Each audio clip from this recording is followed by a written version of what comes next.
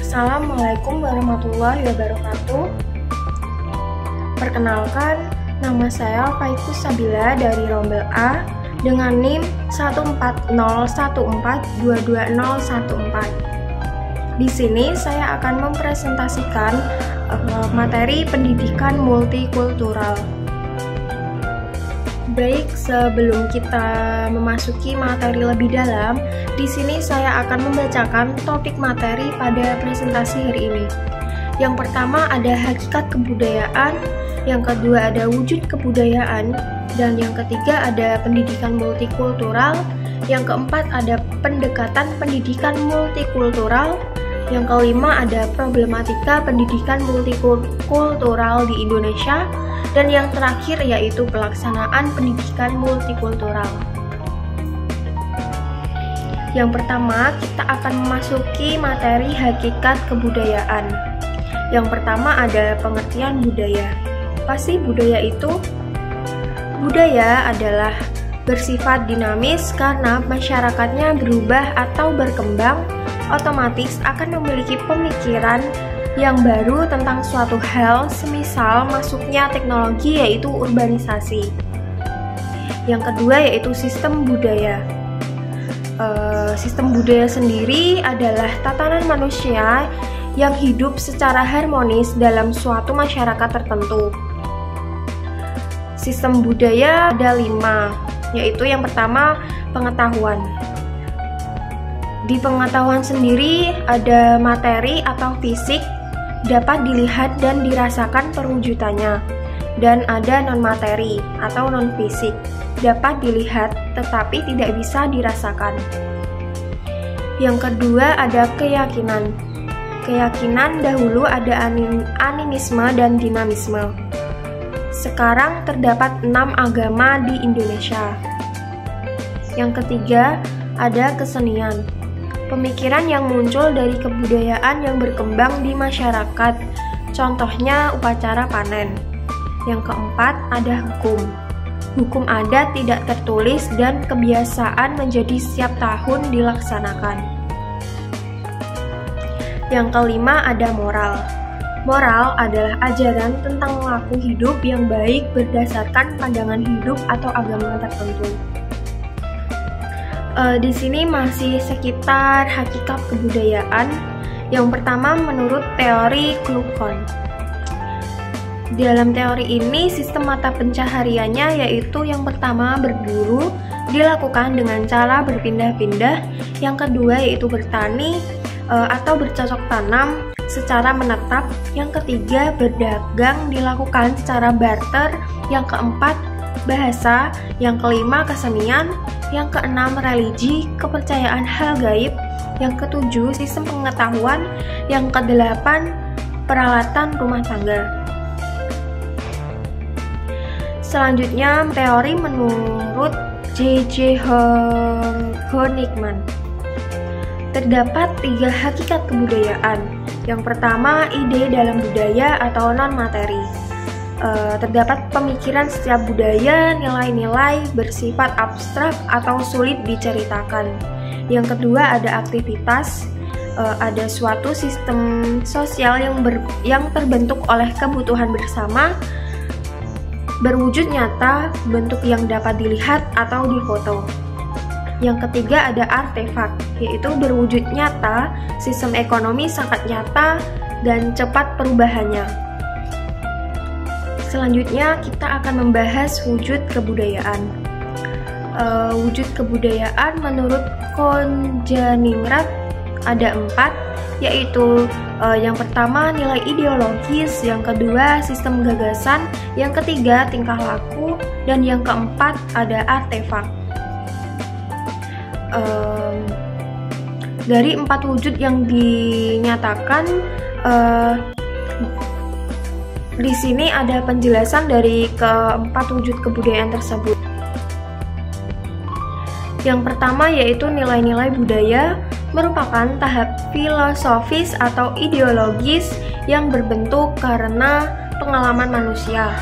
Tahap ini merupakan hasil pemikiran yang biasanya memiliki bentuk tekstual, tersurat maupun tersirat dalam norma, aturan adat, cerita rakyat, atau karya seni.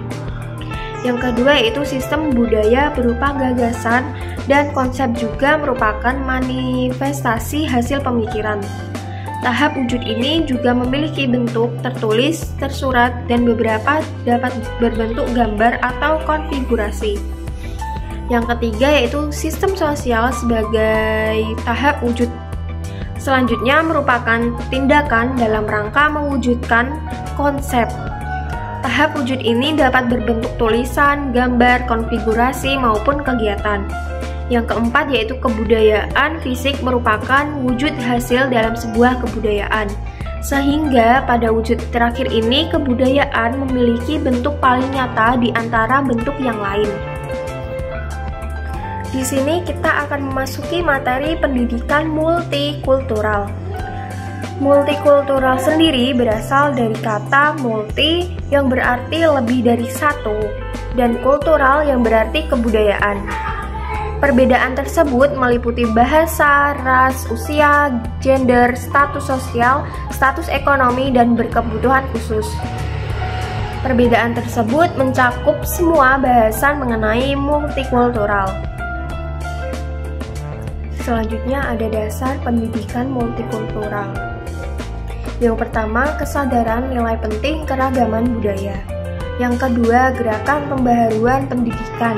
Contohnya kemampuan dalam kesempatan, ketidakadilan dalam kesempatan untuk pendidikan, dan yang terakhir ada diskriminasi kesempatan untuk pendidikan. Yang ketiga, proses pendidikan berlangsung. Selanjutnya kita akan membahas materi pendekatan pendidikan multikultural. Menurut Suryana dan Rusdiana terdapat 4 pendekatan. Yang pertama, pendekatan kontribusi, yaitu ciri pendekatan ini dengan memasukkan pahlawan dari suku bangsa dan benda budaya ke dalam pelajaran yang sesuai. Yang kedua, pendekatan adiktif. Dalam pendekatan ini, peserta didik diminta untuk berteman dari berbagai suku dan latar belakang yang berbeda agar memberikan wawasan yang luas tentang keragaman budaya dan kehidupan. Selanjutnya yang ketiga yaitu pendekatan transformasi, yaitu peserta didik harus mampu memahami sudut pandang untuk melihat konsep, problem dari beberapa perspektif dan sudut pandang etnis. Yang keempat ada pendekatan aksi sosial. Peserta didik diminta untuk menerapkan langsung tentang konsep, isu, masalah yang diberikan kepada mereka. Selanjutnya ada problematika pendidikan multikultural di Indonesia. Terdapat beberapa faktor yang mempengaruhi masalah pendidikan multikultural di Indonesia, di antaranya yaitu geografi, demografi, sosial, dan ekonomi. Pada problematika pendidikan multikultural di Indonesia terdapat 2 masalah besar, yaitu yang pertama problem kemasyarakatan dan yang kedua yaitu problem pelaksanaan pembelajaran pendidikan multikultural. Selanjutnya kita akan membahas pelaksanaan pendidikan multikultural. Pelaksanaan pendidikan multikultural memiliki 5 prinsip, antara lain yang pertama, menjamin keadilan sosial tanpa memandang etnis. Yang kedua, memiliki 2 dimensi pembelajaran, yaitu kelas dan kelembagaan sekolah. Yang ketiga, menekan reformasi pendidikan yang komprehensif. Yang keempat, kesempatan yang sama untuk mencapai prestasi pendidikan yang baik bagi siswa tanpa memandang latar belakang yang berbeda.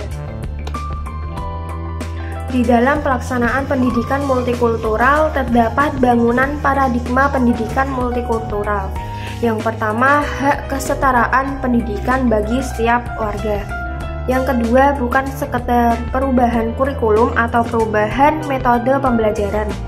Yang ketiga, mentransformasi kesadaran yang memberikan arah transformasi praktek pendidikan harus maju.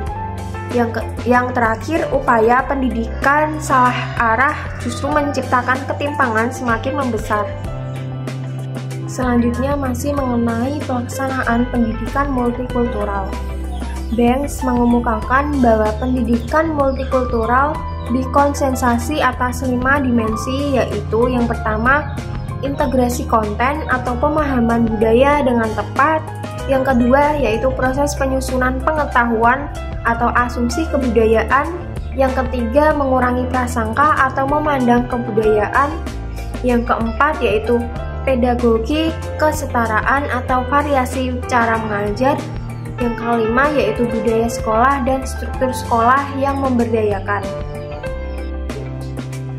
Di slide berikutnya terdapat bentuk dan model pendidikan multikultural. Yang pertama, mengembangkan pemahaman mendasar tentang proses menciptakan sistem dan menyediakan pelayanan pendidikan yang setara.